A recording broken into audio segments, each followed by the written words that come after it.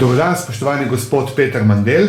Pogovarjava se v pisarni ob duhovnem središču Slovenske v Melbourneu. A se nam prosim lahko na kratko predstavite? Ja, jaz sem Peter Mandel. Momentalno sem še zmeraj voditelj našega urada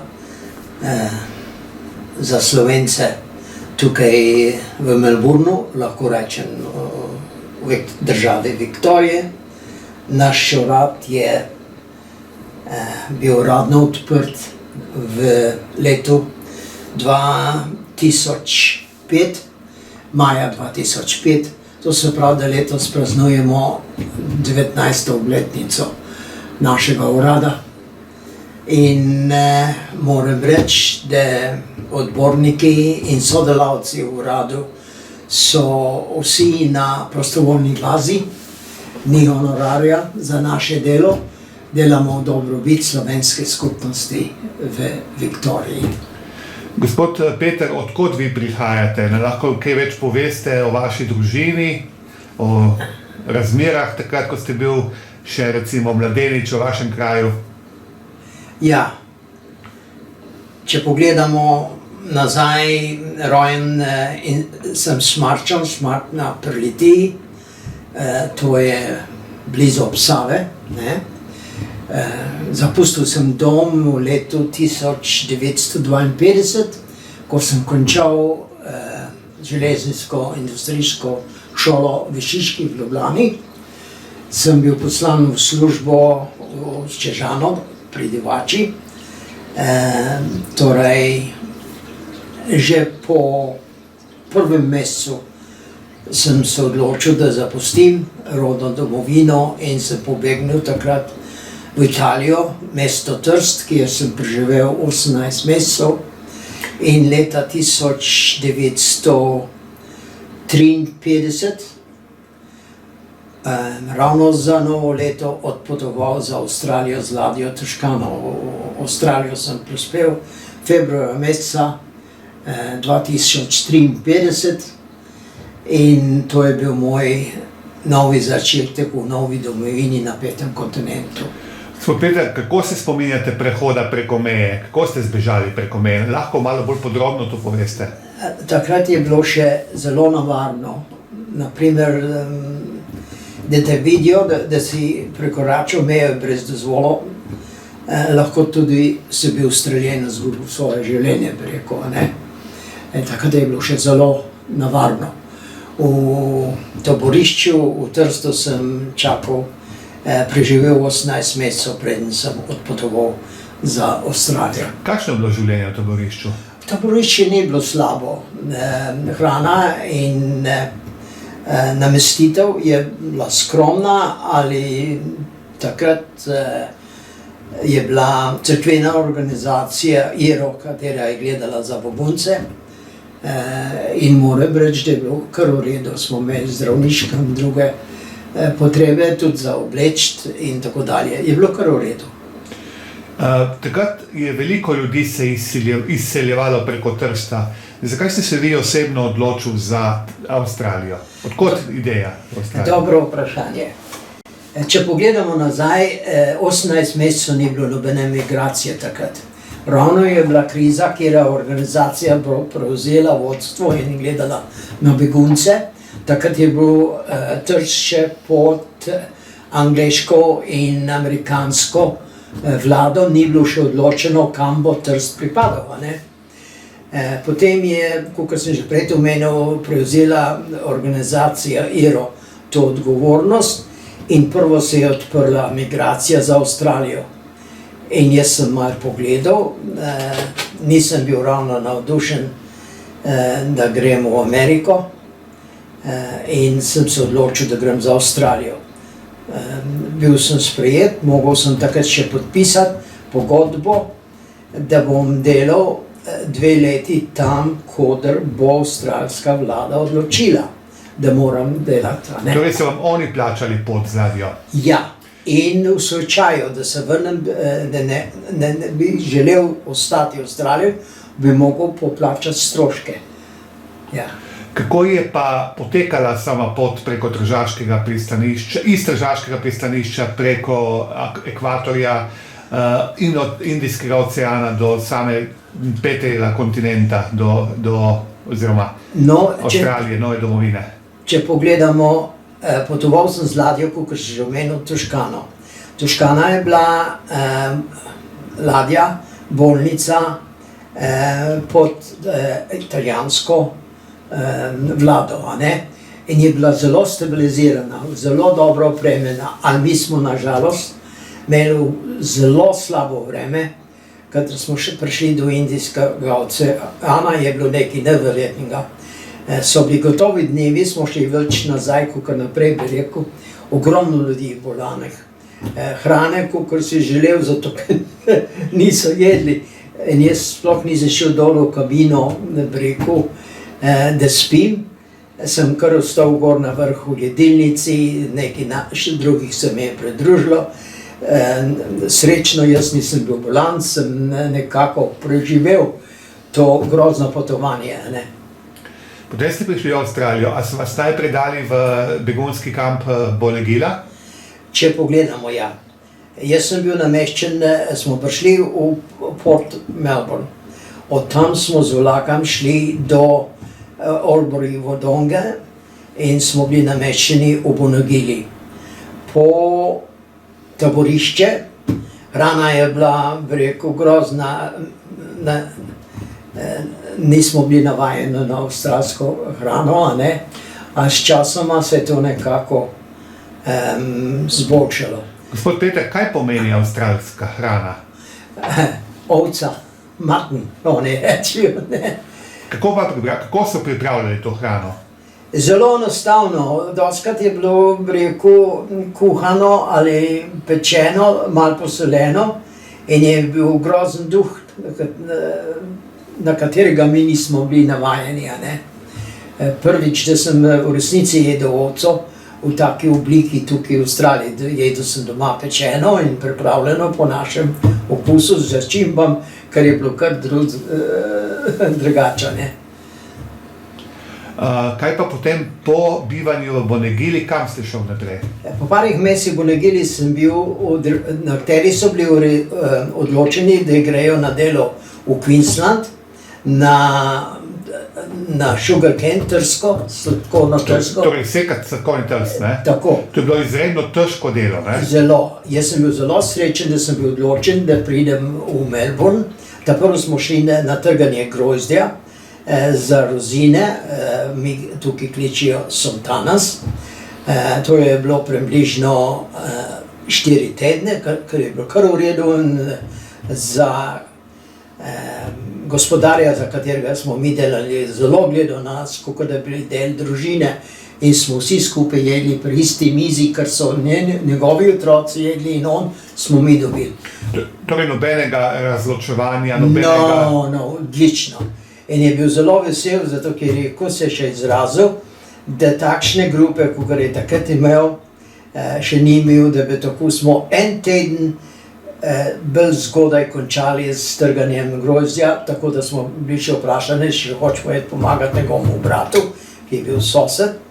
In za nagrado nam je plačal potovanje v Melbourne in še dal nekaj denarja po vrhu. Kdo je bil v tej vaši skupini, ki ste delali? Ste bili samo Slovenci ali tudi drugi? Samo en Avstralijanci je bil, drugi smo bili vsi fantje Slovenci in eden, kateri je vsako leto šel pomagati trgati grozdje temu gospodarju.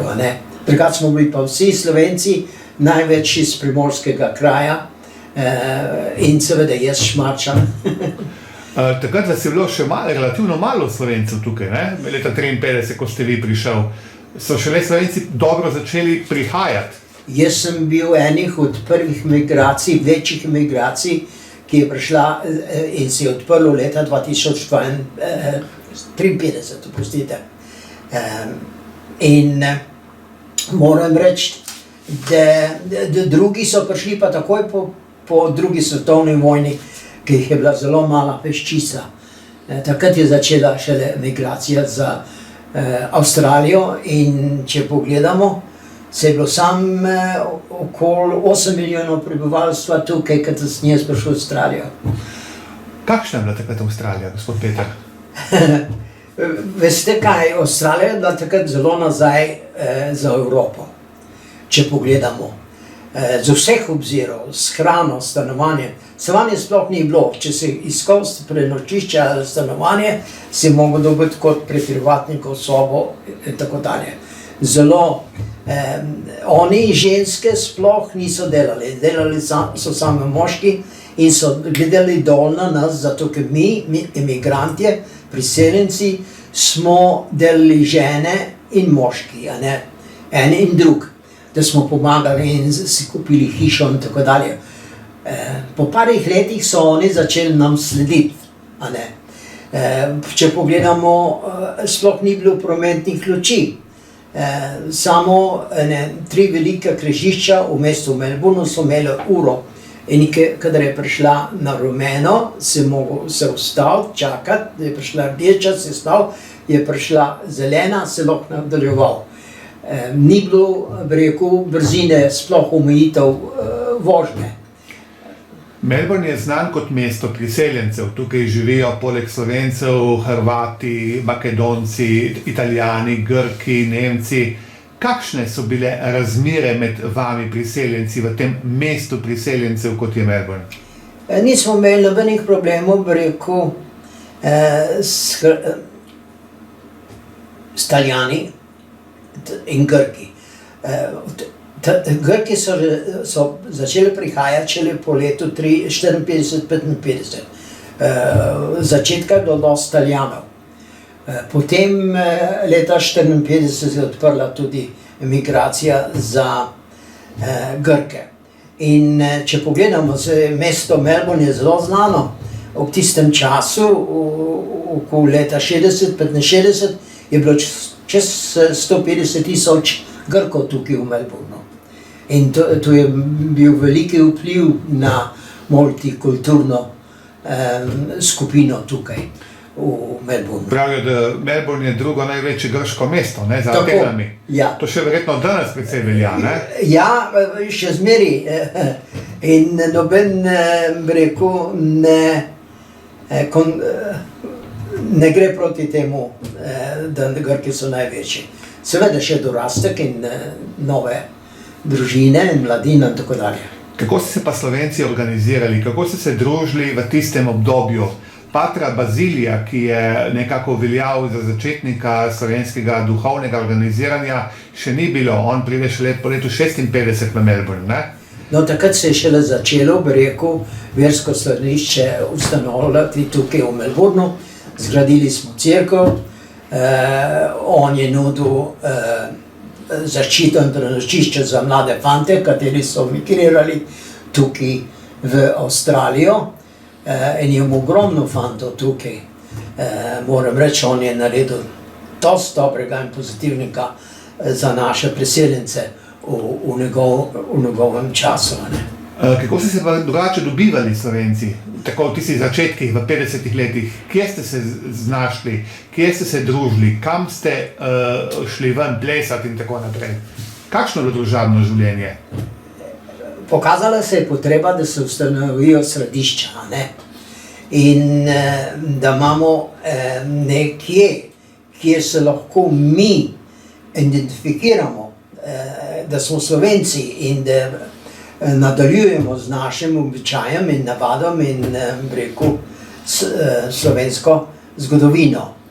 Tako je postalo prvo društvo, slovensko društvo Melbourne, katero je bilo ustanovljeno leta, bi rekel, takrat 52 v primestju St. Albans in kasneje se je kupila zgradba tukaj blizu centra mesta in kasneje v letu 69-70 se je kupila zemlja na Gričku, tukaj se kliče Eltham, kjer še zdaj obstoja prvo slovensko društvo Melbourne. Na hribu, ne? Na hribu, ja. Tako. Zdaj, vi ste prihajali, ste si ustvarjali družine, imeli otroke delali svojo službo, ampak oziroma v prostem času, ki ga je bilo vedno premalo, ste vse dali za slovensko skupnost. Gradili domove, se družili, organizirali. A nam lahko opišete, kako je to potekalo? Če pogledamo, kako je bilo zgrajeno prvo društvo, slovensko društvo Melbourne, vse na prostovoljni bazi. Ogromno materijala je bilo podarjeno od gotovih obrtnikov in privatnikov, tako da smo zmanjšali stroške. Ali smo imeli problem z lokalno vlado, preko z občino Eltham, katera se je bala, če bomo mi se zidali na tistem zemljišču dom, društvo, da bo mir in problemi in tako dalje. Jaz sem bil takrat zadolžen, pridružil sem se leta 1973 odboru in vodstvu Slovenskega društva Melbourne, kjer sem bil odgovoren za gradbo prvega doma. In sem ogromno problema, da smo dobili dovoljenje, da zgradimo. Jaz sem bil takrat že menedžer v avstralijanski firmi Mackay Consolidated in sem poskušal na vse načine, da nam dajo dovoljenje v principu, da lahko planiramo. Kadar je plan odobren, potem smo lahko šele dobili dozvoljenje za gradbo. In smo imeli probleme. Nazadnje sem vzel potezo, da bom šel na ombudsman in da bom naredil pritožbo, da oni diskriminirajo proti nam, Slovencem. In to je bilo učinkovalo zelo na urad in sem dobil v parih dnevih dozvolo, da gremo naprej in tako smo zgradili.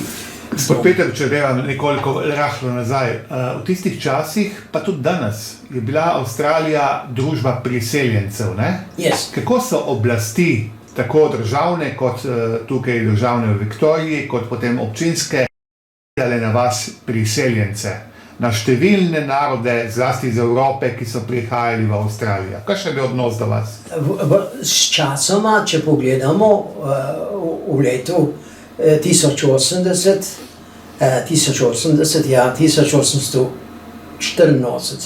so se začele stvari zelo spreminjati. Ustanovili so Ethnic Community Council, katera je organizacija, krovna organizacija, da krije vse narodnosti, ki živijo v državi Viktoriji. In moram reči, da to je učinkovalo zelo in razmere so se zelo spremenile zaradi tega, če je ena druga organizacija ali narodnost imela probleme, je council prevzel to odgovornost in pomagal. Zdaj teh problemov ne več. Če pogledamo, jaz sem bil v tej organizaciji Ethnic Community Council, večletni blagajnik in prvi Slovenc, da je bil na management committee, kjer sem tudi sprejel častno članstvo za mojo službo v tem času. Vi ste delali za slovensko skupnost, vi ste spoštovan član in vas tudi ljudje velikokrat omenjajo, ker povezava s slovensko skupnostjo tukaj v Melbourneu. Zanima me nasplošno, kako ste Slovenci gradili te domove? Koliko je bilo tukaj prostovoljnega dela? A se je sploh kaj plačevalo? Ne, noben ni dolgo plačal. Plačali smo samo v slučaju, ker mi sami nismo smeli, da naredimo, da smo mogli dobiti obrtnike, potem smo plačali, a kar se tiče članstva, dežurstva, kuhanje, čiščenje, voditi sama društva, je pa bilo vse na prostovoljni bazi. Kaj se je dogajalo v vaših domovih, v vaših klubih?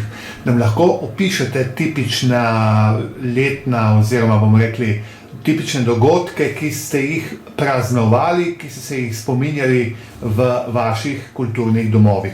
Zelo dobro vprašanje. Če pogledamo do leta 1984, so društva imela nepovezavo med sabo. So bile popolnoma, rekel, Primorci zase, Štajerci zase in tako dalje. Leta 1984 smo formirali Svet slovenskih organizacij. krovna organizacija, katera je povezavala vse društva tukaj v Viktoriji, celo društvo Albury Wodonga Snežnik, kateri je na meji med New South Walesom in Viktorijo. Začeli smo s slovenskimi festivali, sodelovali z državnim praznikom in celo na Mumbi. Pevski zbori so peli na našem cultural centru v Maya Music Bowl v Melbourneu in tako dalje. Tako da smo začeli kot slovenska skupnost zelo širiti svoja krila in sodelovati z drugim narodnostim v Viktoriji, kar je bilo zelo pozitivno za nas in država nam je začela pomagati v tem obziru z denarjem in z raznimi potrebi v raznih društvah širom Viktoriji. Kaj pa odnosi z matično domovino, tedanjo Jugoslavijo? Kakšni so bili? Kako je jugoslovanska oblast na vas gledala oziroma jugoslovanski konzulati tukaj v Sydneyju pa Melbourneu? Smo imeli probleme, zaradi tega, ker Slovenci nismo hoteli sodelovati z jugoslovansko skupnost. Smo bili popolnoma sami, kot slovenski narod, brez da sodelujemo z Jugoslav organizacijo tukaj v Melbourneu. Država je ogromno pomagala in dala letno takrat od 150 do 200 tisoč dolarjev za pomoč Jugoslav community. Mi od tega nismo dobili nič. Jaz sem bil na sestanku, takrat sem že predstavljal svet slovenskih organizacij s ministrom Petrom Spajkerom in on je vedel našo situacijo, zato sem že z njim govoril privatno o tej zadevi in je rekel v svojem govoru, da da nas Slovence za vzgled, kako lahko zgradimo in naredimo naše domove brez državne pomoči. Da ne govorijo z mano, da bojo naučili in dobili zgled. Jaz sem bil malo zadregen in kadar je prišla prilika, da sem govoril, sem rekel, gospod minister, prosil bi vas, ne da nam daste grant in da nam pomagaste. Samo procentualno, kar bi mi, kot slovenska skupnost v družbi Jugoslavije, ki naštejete del Jugoslovenov, tisti del daste kakšni organizaciji, ki še ni dobila več denarja. Naslednjo leto smo mi dobili grant sami posebej od jugoslovenske skupnosti. Gospod Peter, Slovenci ste veljali za tako imenovani neproblematičen narod. Bili ste spoštovani, oziroma ste spoštovani del avstralske družbe. Kako so uradne oblasti gledale na vas? Zelo pozitivno zaradi tega in to nam je pomagalo. Nismo demonstrirali, nismo delali probleme, držali smo za sebe in poskušali biti del multikulturne skupnosti tukaj v Avstraliji. Hkrati ste pa ohranjali svoje, slovenske običaje, svoje društva, svoje klube, smo ravnokar povedali. Po vašem mnenju, kakšno vlogo je imela slovenska katoliška cerkev, zlasti slovenski frančiškani, začenši s patrom Bazilijem, ki so upravljali tukaj postojanke po Avstraliji, tako Sydney kot Melbourne kot Adelaide? Zelo pozitiven, zaradi tega to je bilo naše versko središče in kulturno središče, dala je pogon in pomoč društvam in moram reči, da gospod pater takrat je bil zelo vpliven, kaj se je dogajalo v slovenski skupnosti tukaj v Melbourneu. Kaj je pomenilo pa obiskovanje obredov, slovenskih maš, takrat je bilo še veliko slovenskih krstov, porok, no zdaj je več pogrebov. Kaj vam je to pomenilo? Oziroma, kaj vam to pomeni? Da smo obdržali naše običaje,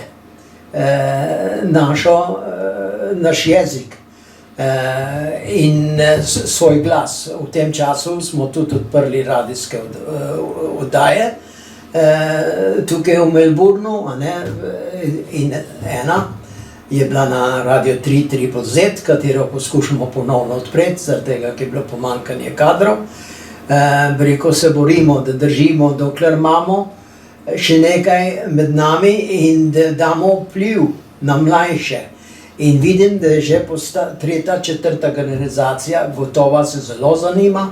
Imamo ogromno povprašanje, da postanejo slovenski državljani in ravno naš urad ogromno pomaga v tem slučaju, kako izvesti. Vemo, kako je zakon v Sloveniji, da do 33 leta lahko dobiš po starših in tako dalje, kasneje je malo težje. In poskušamo dati to znanje, da tisti, ki želi, in vnuki in drugi, da se javijo pred 33 letom. Drugače to potovanje za pridobiti slovensko državljanstvo malo težje. Gospod Peter, slovenska država je postala leta 1991 samostojna. Slovenija se je najprej demokratizirala, potem pa tudi osamosvojila. Kako ste vi kot Slovenci v Melbournu, Slovenci v Avstraliji, gledali na demokratizacijo in osamosvajanje Republike Slovenije? Verjamem, da zelo pozitivno, če lahko rečem. Jaz sem bil v tistem času doma v Sloveniji, na kongresu, in sem se v domu Ivana Cankarja, ne, in sledil, kaj se je dogajalo. Tukaj so bile demonstracije za pomoč Sloveniji in moram reči, da sem zelo ponosen, da Avstralija je bila ena država, prva država prekomorska, da je priznala Slovenijo kot neodvisno državo, poleg Vatikana. Slovenci v Avstraliji so bili znani po tem, da ste veliko pritiskali na avstralsko državo, da je to se zgodilo. Tudi demonstracije so bile skupaj s Hrvati, tudi v Melbournu. Ja. Kako se vi spominjate tistih, bomo rekli, prelomnih dogodkov januarja, tudi februarja 1992? Ja. Ravno v tistem času sem jaz bil v Sloveniji, kot sem že omenil, a demonstracije so bile tukaj in je organiziral to takrat novo SNS, nova organizacija, katera je prevzela vodstvo, da to organizira in da pogum in povod za podporo Slovenije, da postane neodvisna država. Slovenija je postala neodvisna država, ima tudi v svojih zakonskih določilih, da skrbi za Slovence tako v zamejstvu kot po svetu. Kakšno je danes vaše sodelovanje z raznimi uradi in službami Republike Slovenije, ki skrbijo tudi za vas, Slovence, po svetu? No, mi imamo predstavnika ali predstavnico momentalno, katera je v svetu, uradu v svetu Republike Slovenije za Slovence v zamejstvu in po svetu. Jaz sem bil prvi imenovan predstavnik za časa gospoda Janša v letu 2011. Torej, imamo dobro povezavo, dobre stike in z tehnologijo, današnjo tehnologijo in video calls in take stvari, zboljša komunikacijo in možnost komunikacije med nami in Slovenijo. Gospod Peter Mandl, kaj vam pomeni osebno biti Slovenec v Avstraliji oziroma avstralski Slovenec?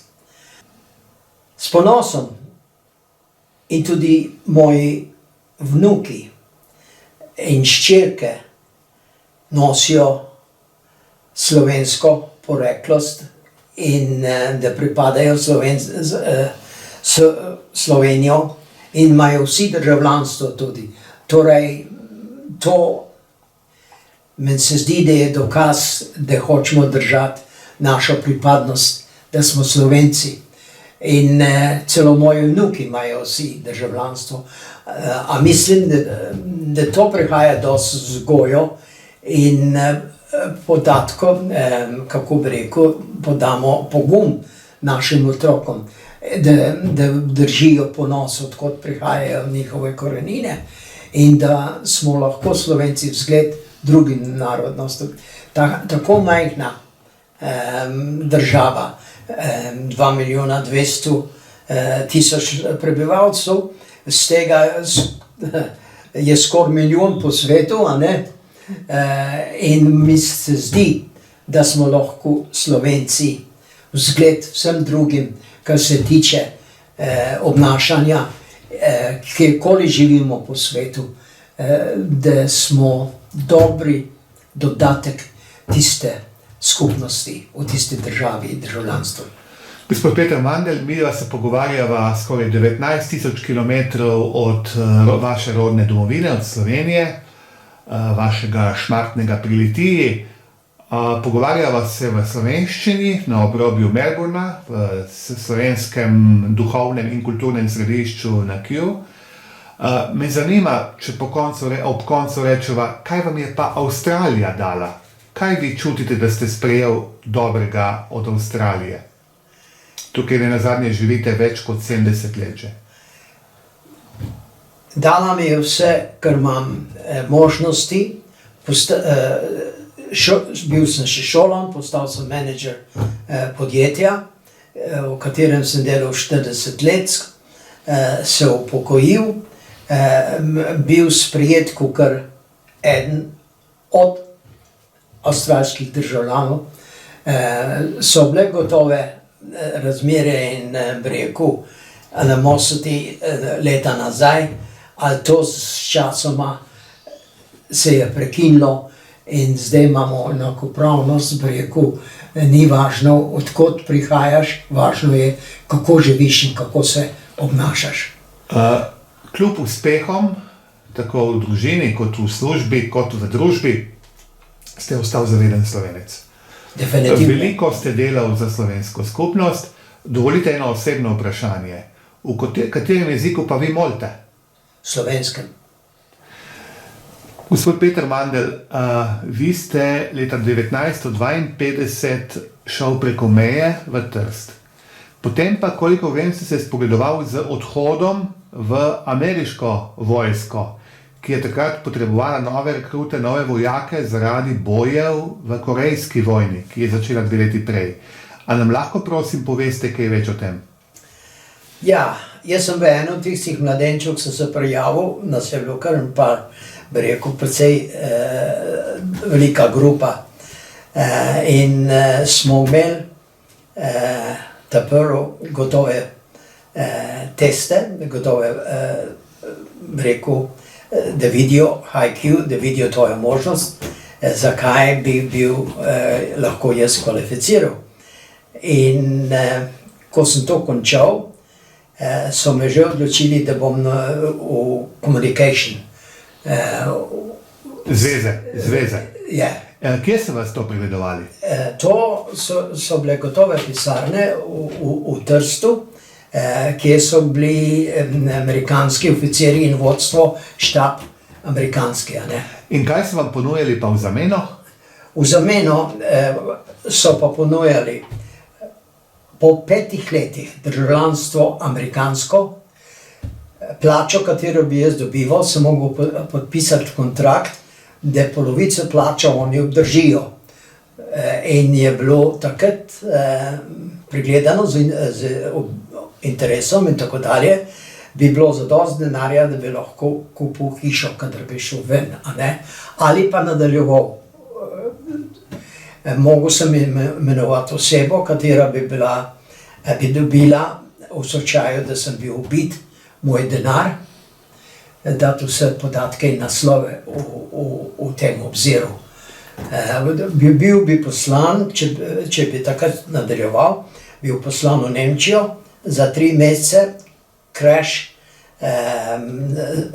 za angleščino, potem bi bil poslan v Ameriko, še drugih 3 mesecev za Gojenje? Ja, gojenje, in potem poslan v Korejo. Zakaj se niste odločili za to? Ne, nisem jaz odločil za to, jaz sem hotel naprej. Jaz sem bil v drugi grupi, prva grupa je že šla v Nemčijo, jaz sem mogel čakati še 30 dni, da bi šel z drugo grupo v Nemčijo, v tem slučaju je bil pa dogovor z Jugoslavijo, s Titotom, da bo postal odvisen, da nema nič z Rusijo dogovor.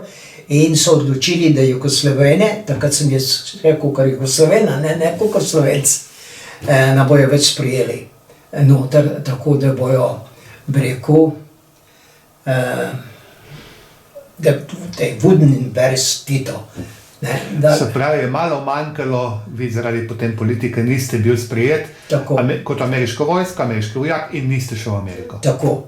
A dobil sem pismo iz Washingtona, katerega imam še zdaj, pojasnilo, zakaj ne grem. In kadar sem šel prvič v Ameriko obiskati sorodnike leta 1973, sem bil tukaj, sem mogel imeti takrat še vizo za Ameriko, za Avstralijo v Ameriko. Sem bil že na kompjuterju, so takoj vedeli. Kdo ste? Ja. In vam niso delali težav, seveda? Takoj sem dobil, ni bilo problema. To je bil gospod Peter Mandl, pogovarjala sva se v Melbourneu. Lepo se vam zahvaljujem za vašo pripravljenost, za vaš čas. Vam želim veliko zdravja, veliko osebne sreče, pa Bog vam daj zdravje. Hvala lepa, gospod Peter. Hvala vam in oprostite za mojo slovenščino. Po 70 letih v tujini poskušam. Naj ob koncu dodamo še to, da sva se s gospodom Petrom Mandljem pogovarjala brez predhodnega dogovora. Kot je gospod povedal, v več kot 70 letih življenja njegovega v Avstraliji in lahko skupaj ugotovimo, da je njegova slovenščina naravnost fantastična. Hvala lepa. Hvala vam.